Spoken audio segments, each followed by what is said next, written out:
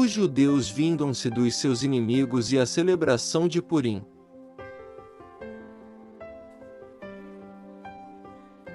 Os judeus vingam-se dos seus inimigos, no 13º dia do 12º mês, o mês de Adar, entraria em vigor o decreto do rei. Naquele dia, os inimigos dos judeus esperavam vencê-los, mas aconteceu o contrário. Os judeus dominaram aqueles que os odiavam, reunindo-se em suas cidades, em todas as províncias do rei Xerxes, para atacar os que buscavam a sua destruição. Ninguém conseguia resistir-lhes, porque todos os povos estavam com medo deles, e todos os nobres das províncias, os sátrapas, os governadores e os administradores do rei apoiaram os judeus, porque o medo que tinham de Mardoqueu havia se apoderado deles. Mardoqueu era influente no palácio, sua fama espalhou-se pelas províncias. E ele se tornava cada vez mais poderoso.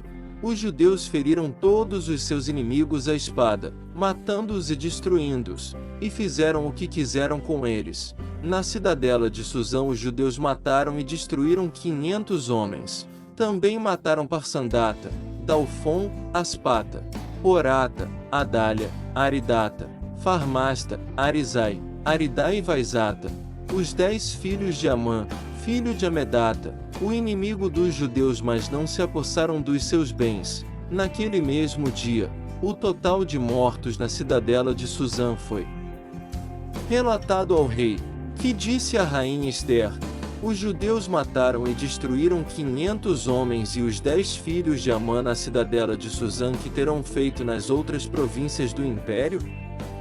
Agora, diga qual é o seu pedido, e você será atendida. Tem ainda algum desejo? Este será concedido a você, respondeu Ester, se for do agrado do rei, que os judeus de Suzã tenham autorização para executar também amanhã o decreto de hoje, para que os corpos dos 10 filhos de Amã sejam pendurados na forca. Então o rei deu ordens para que assim fosse feito. O decreto foi publicado em Suzã, e os corpos dos 10 filhos de Amã foram pendurados na forca. Os judeus de Suzã juntaram-se no 14º dia do mês de Adar e mataram 300 homens em Suzã, mas não se apossaram dos seus bens. Enquanto isso, o restante dos judeus que viviam nas províncias do império também se ajuntaram para se protegerem e se livrarem dos seus inimigos. Eles mataram 75.000 deles, mas não se apossaram dos seus bens. A celebração de Purim, isso aconteceu no 13º dia do mês de Adar, e no 14º dia descansaram e fizeram dessa data um dia de festa e de alegria. Os judeus de Suzã, porém, tinham se reunido no 13º e no 14º dias, e no 15º descansaram e dele fizeram um dia de festa e de alegria.